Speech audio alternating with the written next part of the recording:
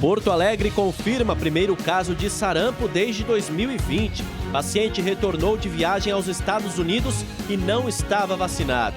Estado de São Paulo também registra primeiro caso. Suspeita de envenenamento comprou ovo de Páscoa disfarçada com peruca. Mulher nega ter adulterado o chocolate que matou uma criança de 7 anos. A Sexta-feira Santa pelo Brasil. Em Belo Horizonte, a Via Sacra ao som das matracas. E a celebração da Paixão de Cristo na principal catedral de São Paulo.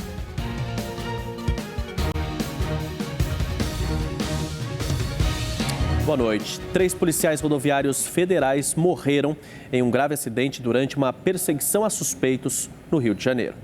O acidente aconteceu por volta de 1 da madrugada na Avenida Brasil, uma das principais vias expressas do Rio de Janeiro. Na manhã de hoje, o cenário era de destruição.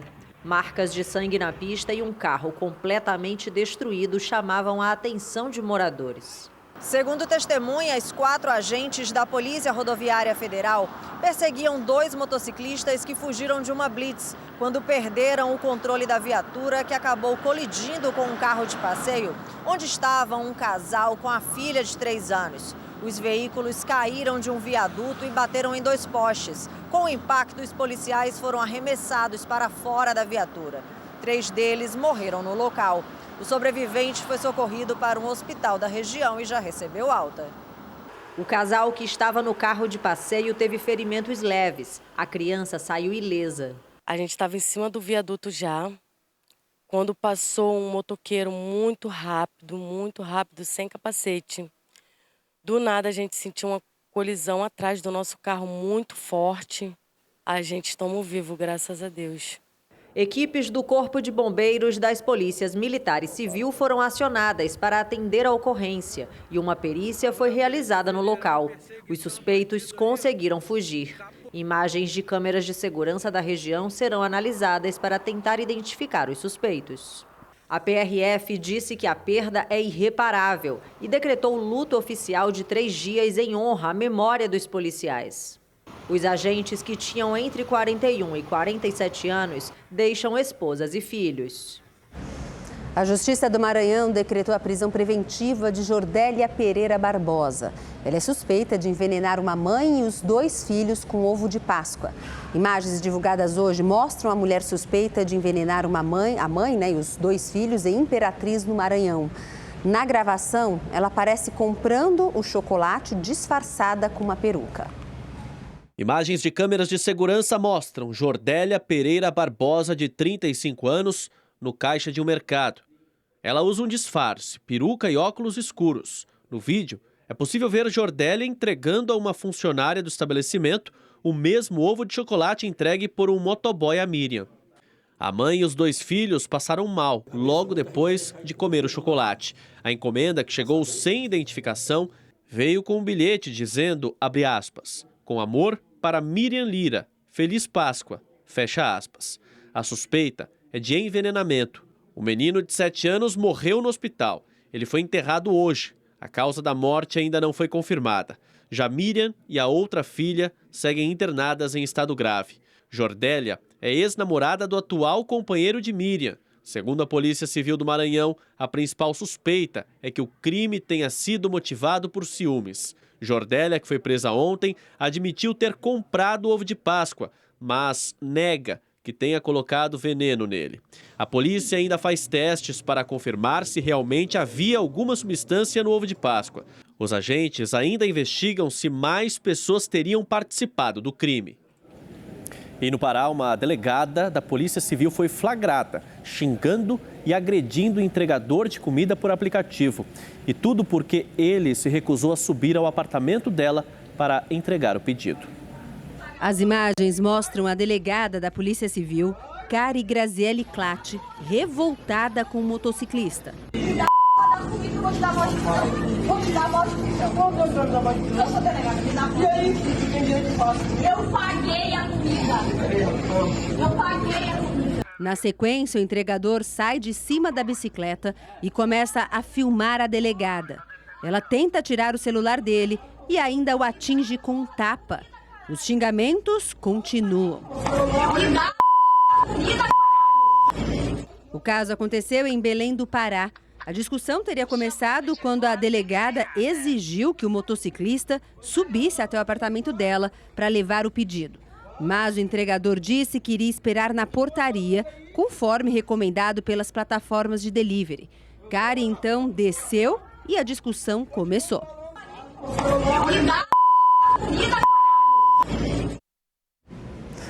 Com as estradas mais cheias e chuva em várias regiões, o feriado prolongado começou com acidentes graves nas rodovias de Minas Gerais. Quem deixou para pegar estrada hoje cedo enfrentou um longo congestionamento na BR-381, na saída de Belo Horizonte para o litoral do Espírito Santo. Um caminhão carregado com entulhos tombou próximo a Sabará, interditando parte do trânsito. O motorista ficou ferido. A câmera interna de um caminhão registrou o momento em que foi atingido por um caminhão-tanque. Na BR-267, em Campestre, o motorista de uma picape atingiu outros 2 carros ao fazer uma conversão na pista. Ninguém se feriu. O acidente mais grave aconteceu na BR-116, no Vale do Rio Doce. De acordo com o motorista do caminhão, que seguia da Bahia para o Rio de Janeiro, o carro que vinha no sentido contrário invadiu a contramão e bateu de frente com ele. A motorista Maria dos Anjos Gonçalves, de 51 anos, e o neto dela, de 12, morreram no local. Um outro adolescente de 15 anos, que estava no banco de trás, sobreviveu. Chovia muito na hora da colisão. Na BR-262, próximo à cidade de Luz, a câmera interna de um caminhão registrou o momento em que foi atingido por um caminhão-tanque. Sem controle, o veículo saiu da pista e caiu em uma ribanceira de 200 metros.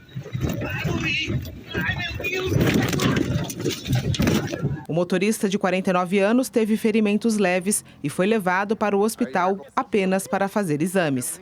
Caiu lá embaixo, teve nenhum arranhão. É Deus ou não é? E o corpo da estudante de turismo, Bruna Oliveira da Silva, de 28 anos, que desapareceu no último domingo, foi encontrado com marcas de agressões em um estacionamento na zona leste de São Paulo. Segundo os familiares, Bruna passou o fim de semana na residência do namorado no Butantã, na zona oeste da capital paulista. Na volta para casa, no domingo à noite, a estudante pegou o metrô até Itaquera, bairro onde mora na zona leste. Ao descer da estação, ligou para a mãe e mandou mensagens ao namorado, dizendo que estava com pouca bateria no celular e que havia perdido o ônibus. Ele então fez uma transferência de dinheiro para que Bruna pegasse um carro de aplicativo. Este foi o último contato da jovem. Ela falou comigo às 22h20 do dia 13, no domingo à noite. 22h30 a gente perdeu o sinal do celular dela e ela estava 10 minutos de casa. 10 minutos de casa. Ela falou, mãe, tô indo para casa. Eu falei, filha, vai logo para casa. O Yuri tá te esperando, que é meu neto. Ela vivia num mundo Alice no País das Maravilhas. Para ela, todo mundo era gente boa. Era simplesmente uma criança gigante, grande, mais nada. Não tinha maldade nenhuma, não fazia mal para ninguém. A polícia agora busca por câmeras de circuito de segurança do trajeto da estudante até o estacionamento onde foi encontrada morta. Eu não acredito que mataram minha filha. Houve uma violência muito grande. Minha filha estava sem roupa. Levaram o celular da minha filha, provavelmente por causa de um celular. Esse ano, minha princesa, eu perdi minha princesa. Até o momento não há informações sobre possíveis suspeitos ou a causa da morte. O caso está sendo investigado pelo Departamento de Homicídios e de Proteção à Pessoa. Na madrugada de hoje, uma mulher grávida, uma médica e outras 2 pessoas morreram no acidente na BR-364 em Rondônia.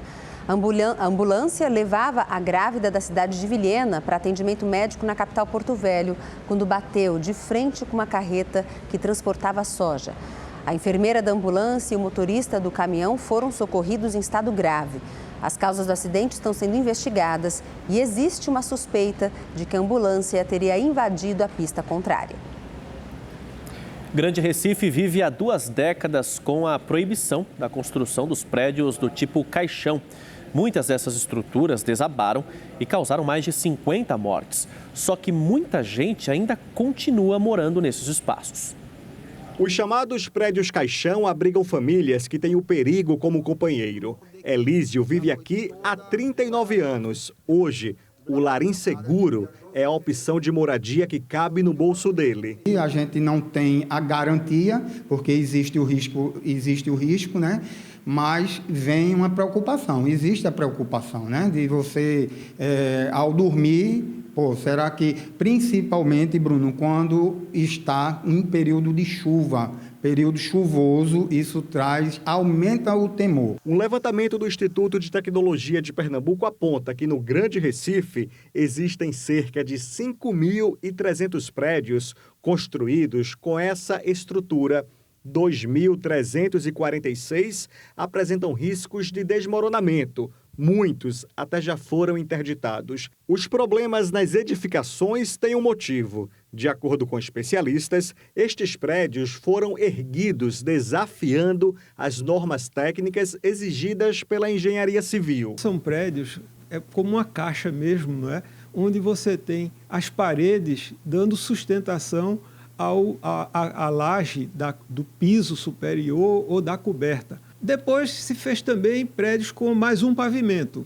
É o famoso térreo e primeiro.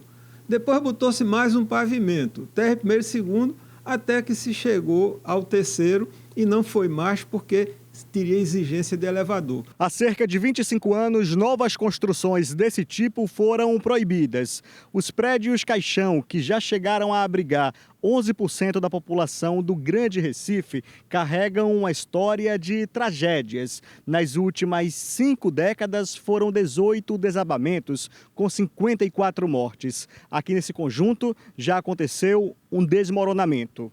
Em julho de 2023, um bloco colapsou completamente e outro parcialmente.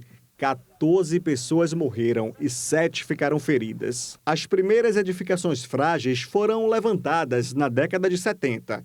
Em Pernambuco, elas se tornaram comuns e procuradas pelas classes populares. O engenheiro alerta que essa construção não dá sinais visíveis de que vai desabar. É diferente de uma estrutura de concreto armado, que a gente percebe, ele dá sinais. O concreto armado aceita a deformação. A alvenaria, ela não aceita, ela trinca. Sobre os imóveis interditados, mas que foram novamente ocupados, a Defesa Civil do município de Paulista informou que não possui poder de polícia e que cabe aos órgãos competentes ou aos responsáveis legais desses imóveis adotar medidas para garantir a desocupação e a segurança da população. Já a Prefeitura de Paulista disse que acompanha a situação e se mantém à disposição para atuar dentro dos limites legais, priorizando sempre a segurança da população. Rede TV News de volta e agora vamos saber como é que fica o tempo em todo o Brasil com o Igor Silveira, que já está aqui com a gente. Igor, boa noite. O que a gente pode esperar aí desse final de semana com feriado prolongado aí? Vamos lá. Boa noite, Gabi. Boa noite, William. Boa noite. Boa noite para você que está em casa. Olha, durante o final de semana e também todo o feriado, a gente tem bastante estabilidade espalhada em grande parte do país e o destaque continua para o centro-sul. Tudo isso por causa da frente fria que vai causar chuva e também a alta polar que deve derrubar as temperaturas.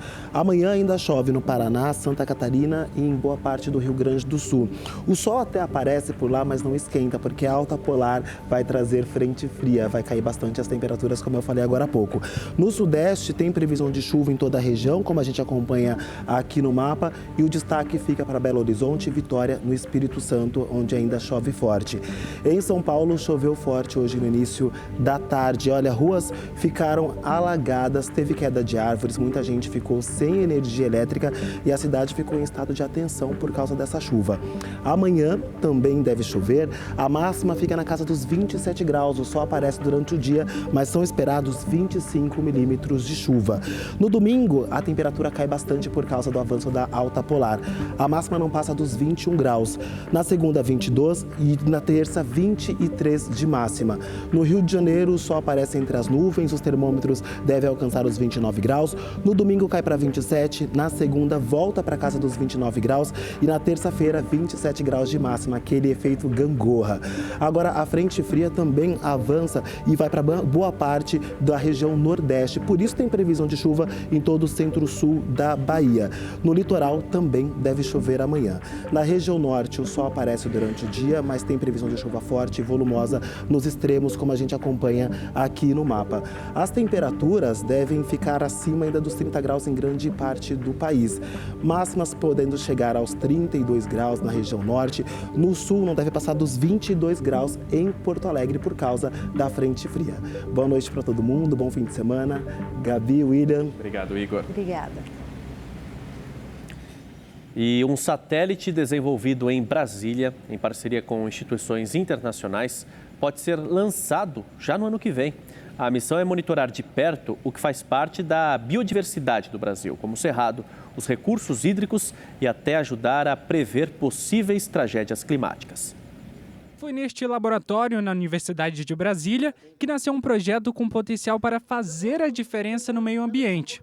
Um satélite batizado de Percive, desenvolvido por professores e alunos. A missão é monitorar em tempo real o que os pesquisadores chamam de ativos críticos, como a qualidade da água e o nível de carbono na atmosfera. Os dados aparecem em telões e depois são enviados para órgãos ambientais e a Defesa Civil. Nós estamos aqui com tecnologia de ponta, da mesma forma que estamos fazendo esse monitoramento desses ativos estratégicos, tratando esses dados, utilizando inclusive a IA, né, para gerar informações para a tomada de decisões estratégicas.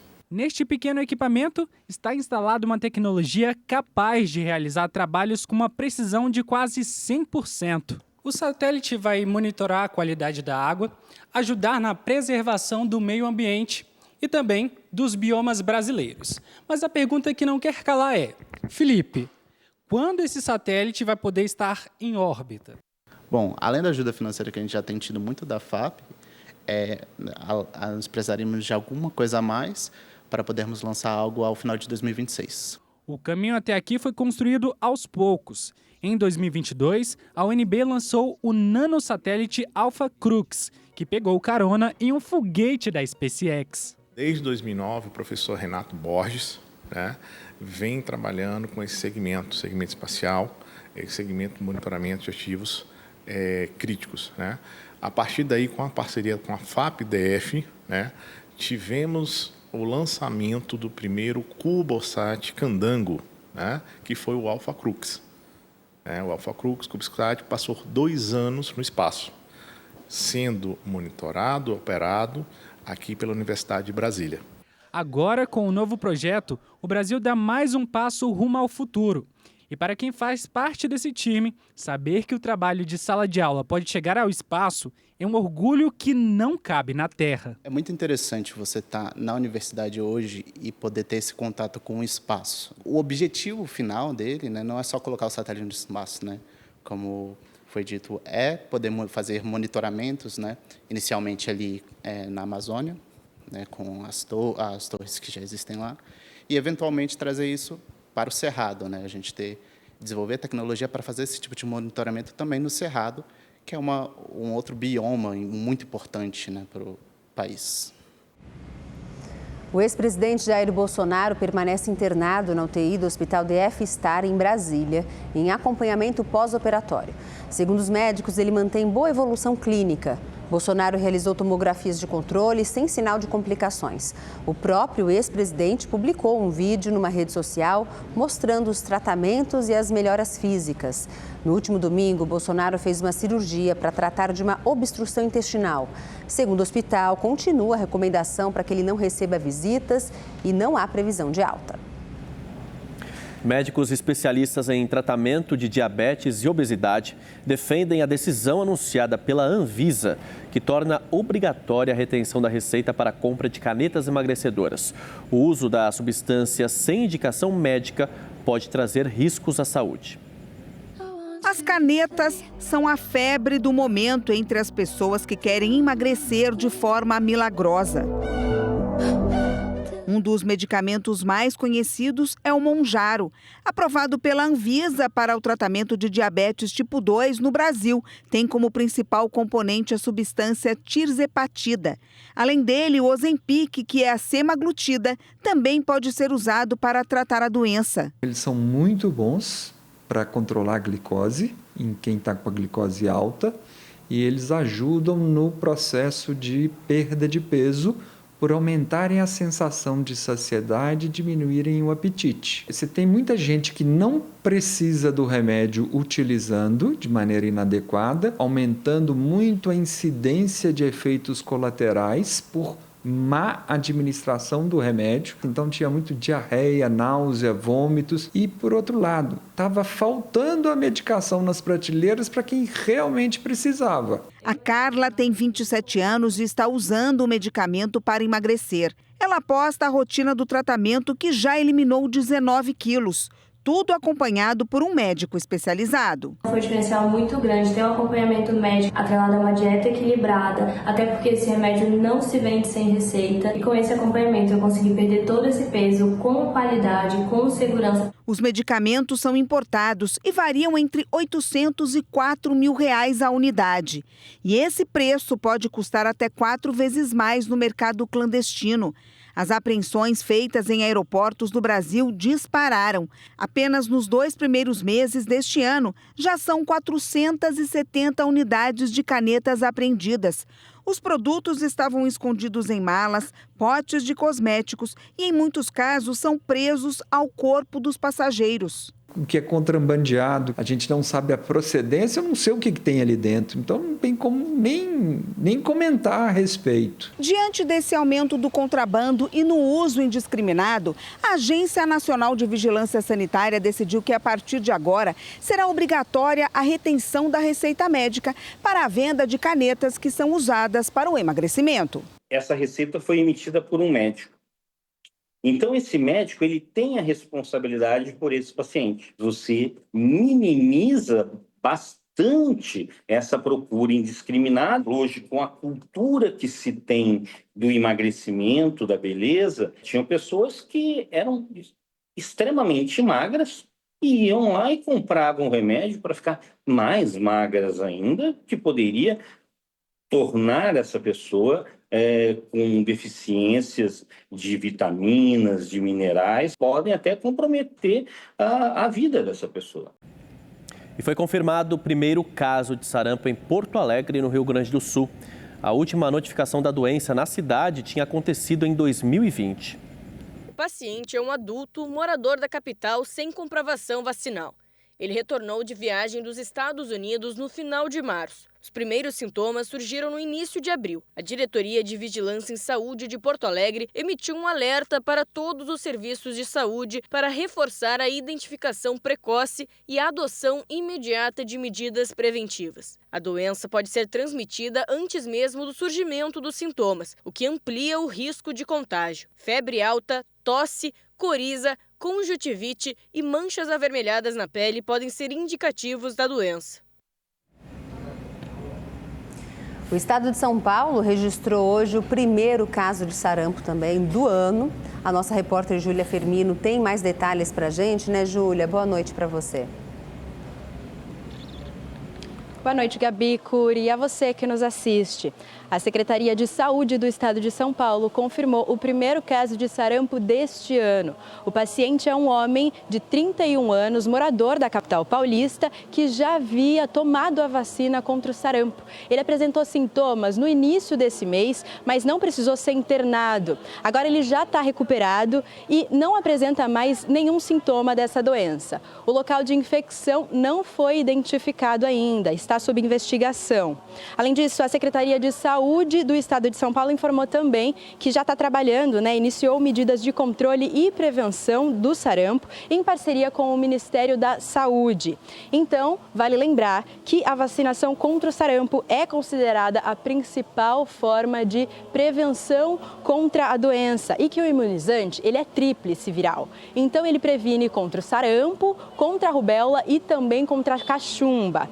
No ano passado, passado, em São Paulo, 99% da população já havia tomado esse imunizante e esse era o maior número, né, desde 2016. A gente reforça que a vacina ela está disponível no Sistema Público de Saúde, né, o SUS, e que ela está disponível para crianças a partir de 1 ano de idade e para adultos até 59 anos. Gabi, Cury, volto com vocês no estúdio. Obrigado, Júlia. Boa noite. Agora imagine assistir a uma aula de história dentro do cenário onde tudo aconteceu. Em Belém, um professor sai pelas ruas da cidade contando os fatos que aconteceram por lá. A reportagem é uma parceria entre a Rede TV e a plataforma de conteúdo Amazônia Vox. Pertencimento. Este é o sentimento que o professor Michel quer despertar ao sair pelas ruas de Belém, dando aulas de graça sobre a história da cidade. Rapidamente, a multidão se concentra ao redor para ouvir detalhes da história que nem sempre estão nos livros. Como é que essa população tupinambá que habitava Belém se alimentava? Das universidades nem tanto, mas das escolas eu sinto muita falta, que é discutir a presença de origem africana em Belém. A plateia ouve atenta, sem piscar os olhos. Ninguém fica de fora, mesmo quem não ouve. O público é mesmo especial. Responde aos questionamentos e ganha nota. Essa primeira avaliação vale 5 pontos, tá? Prova objetiva. É como se resgatasse o tempo, né? Você volta há anos atrás. E aí me chamou muita atenção porque na minha cidade eu não vejo tanta valorização com a história, né? Com a parte cultural. E aqui em Belém é muito enraizado isso, né? Me interesso pela história da nossa cidade e é mais um conhecimento para a minha vida e para a minha estrada como professora também. Todo mundo leva isso aqui muito a sério. A aula História da Gente geralmente começa em frente a um prédio turístico ou ponto histórico. Nesta, o lugar escolhido foi o Palácio Lauro Sodré, onde funciona o Museu do Estado do Pará. O professor lembra dos primeiros habitantes daqui, o povo tupinambá. Eles viviam distribuídos em 3 aldeias. Hoje, aqui é o bairro Cidade Velha, um dos mais antigos da cidade. A professora Adriana ficou impactada com tudo que ouviu. Foi o ponto que ele contou, né, dos escravos, que 52% da população era negra escravizada, né? Então, imagina o sofrimento dessas pessoas, né, que viviam escravizadas, trabalhavam, não tinham direito a nada, né? Seres humanos e, graças a Deus, nós vencemos, né? Os ensinamentos que correm as ruas de Belém surgiram da vontade de mudar a dinâmica da sala de aula. Eu trabalhava em várias escolas e eu comecei a convidar as pessoas e pedir para elas convidarem os parentes. Aí já duplicou. E eu acho que conhecimento é para ser partilhado, né? Então, a dissertação, a tese de doutorado que eu leio não pode ser só minha. Ela precisa ser de qualquer pessoa, né? Do rapaz que vende picolé, do desembargador, porque todas essas pessoas seguem esse cortejo, entendeu? Isso, para mim, é incrível. Mesmo sendo daqui, né? Mesmo tendo estudado e tudo mais, a gente não tinha conhecimento. Muito interessante. Por onde passa com a aula itinerante, o professor deixa marcas e tudo se encerra com um agradecimento.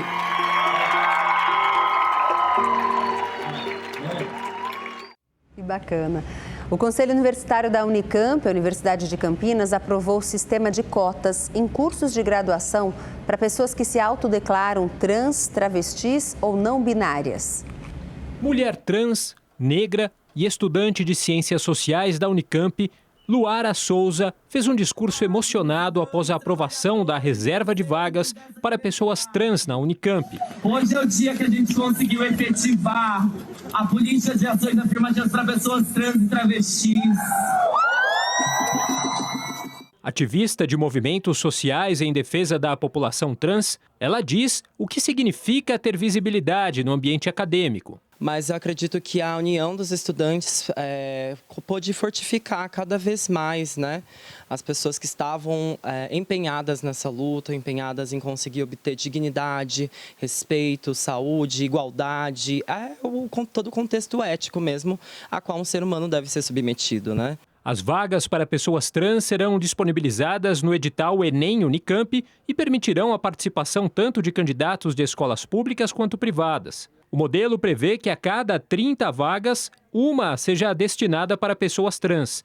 O processo de seleção dos candidatos inclui autodeclaração no ato da inscrição e um relato de vida, que será submetido a uma comissão de verificação, como explica o diretor da Comissão para os Vestibulares da Unicamp. Ela vai escrever um breve relato de vida em que isso dá a comprovação em que ela relata aspectos quando foi, no caso das pessoas que fizeram o processo de transição, como é que se deu também o seu processo de escolarização, mas isso é apenas para certificar que aquele relato de vida é compatível com a pessoa que está entrando na universidade. Hoje, cerca de 200 alunos estão inseridos na Unicamp pelo nome social.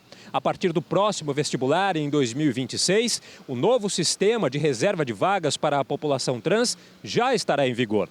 E após 5 anos da abertura das primeiras vagas, será realizada uma análise dos resultados desta nova política de inclusão. De acordo com o levantamento da rede Trans Brasil, cerca de 9 mil estudantes matriculados em escolas públicas estaduais do país são pessoas trans. Mas apenas 23 universidades públicas do Brasil oferecem sistemas de cotas para a população trans.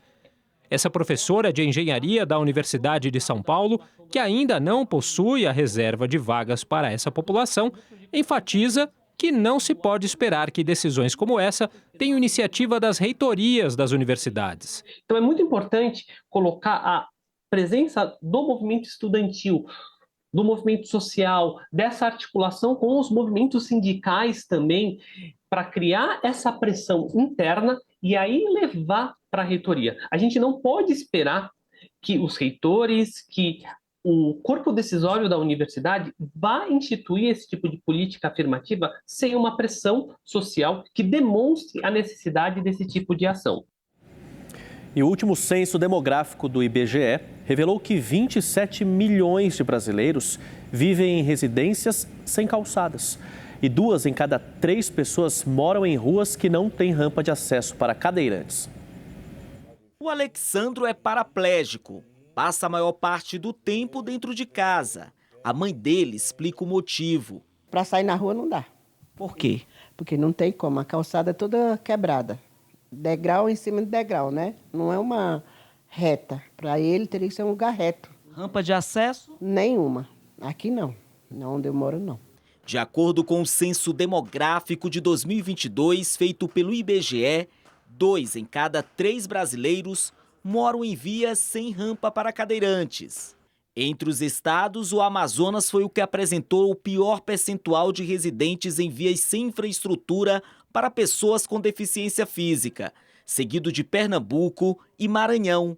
São Paulo aparece mais para baixo nessa tabela, mas o número está longe de ser ideal. A rampa é um indicador, né, que o censo usa para tentar identificar a acessibilidade. Ela é super importante para as pessoas conseguirem chegar na calçada, mas faltam muitos itens de acessibilidade de uma maneira geral, né? A gente fala também de piso podotátil, a gente também tem que considerar que a largura da calçada é muito importante, porque não adianta ter a rampa e chegar numa calçada que não tem nenhum metro, né? Então a norma, né, é que seja pelo menos 1,20 m de espaço de faixa livre da calçada. O censo também revelou que faltam calçadas adaptadas com rampas no entorno dos lares de 27 milhões de pessoas.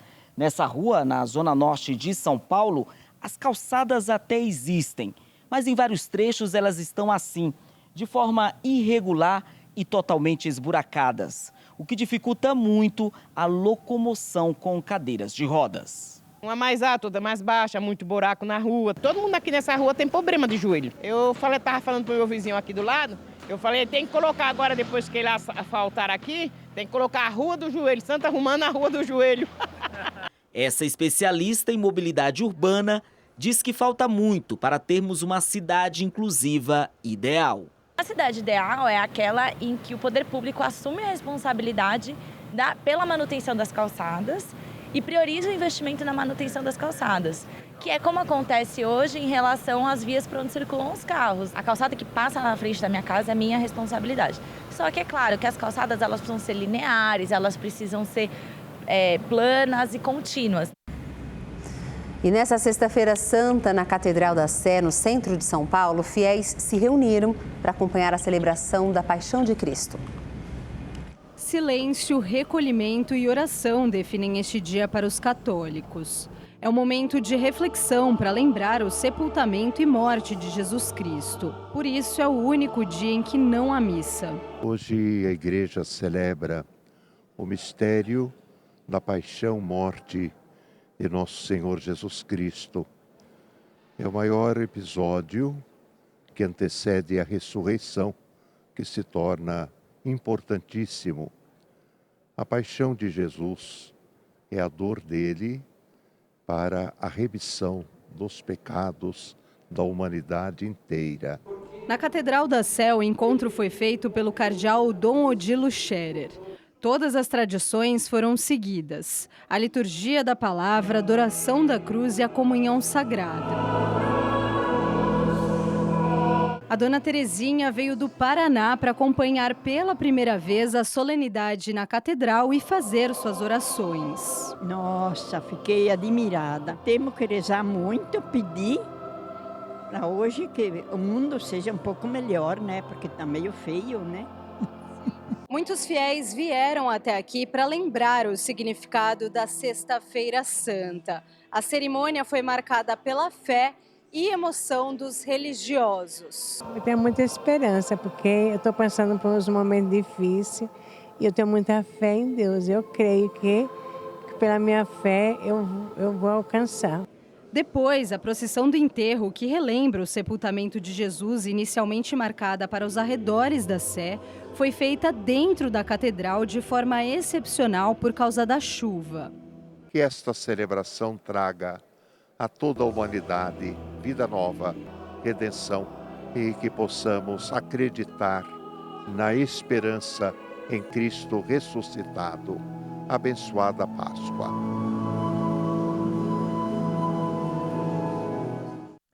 E uma tradição da Sexta-feira da Paixão é mantida com muita fé e respeito pelos católicos em Belo Horizonte. A tradicional Via Sacra da Sexta-feira da Paixão reuniu os fiéis logo cedo. A caminhada de cerca de 3 quilômetros nas ruas próximas à Catedral Cristo Rei, na região norte de BH, começou ao som da matraca. Os fiéis levaram imagens, velas e terços para acompanhar a imagem da cruz. Muitos aproveitaram para pagar promessas. Ao longo do trajeto, muitas orações e cânticos. Perdoai-me, meu Jesus. Perdoai-me, meu Jesus. Até completar a Via Sacra, são feitas as 14 paradas para relembrar os passos de Jesus Cristo no caminho para o Calvário. Nós os adoramos, Senhor Jesus Cristo, e vos bendizemos, que pela vossa santa cruz remiste. O percurso foi encerrado dentro da catedral, com uma ação litúrgica, porque a Sexta-feira Santa é o único dia do ano em que não são celebradas missas nas igrejas católicas. E o tradicional pão de coco, símbolo das celebrações da Páscoa no Ceará, foi oficialmente reconhecido como patrimônio histórico, cultural e imaterial do estado. Fofinho, dourado, com aroma marcante e coberto por uma generosa camada de coco ralado. O pão de coco é mais do que uma delícia típica do Ceará. É tradição, memória afetiva e parte da identidade alimentar do povo cearense. Não falta pão de coco lá em casa nessa época da Páscoa. Eu adoro pão fofinho com coquinho por cima docinho, é ótimo. Minha família adora.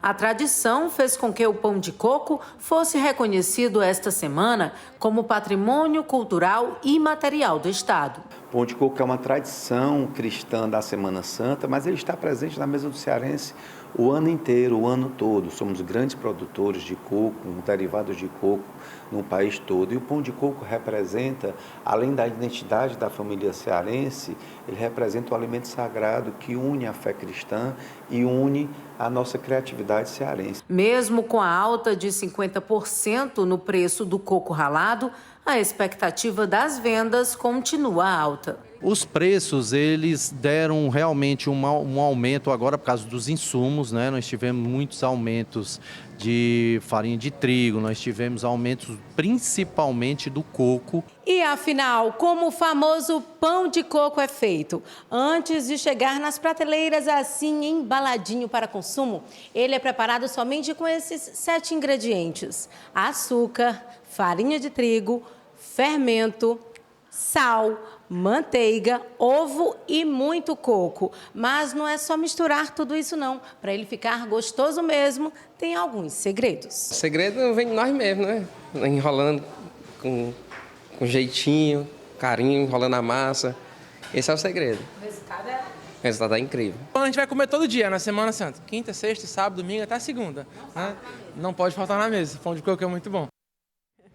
Gabi, o que você acha desse pão de coco cearense? Olha, eu como boa filha de nordestina, adoro tudo que vai coco e esse pãozinho de coco aí cearense já comi e adoro. Fiquei com água na boca aqui, ó. Pode mandar para a redação. Manda, a gente aceita.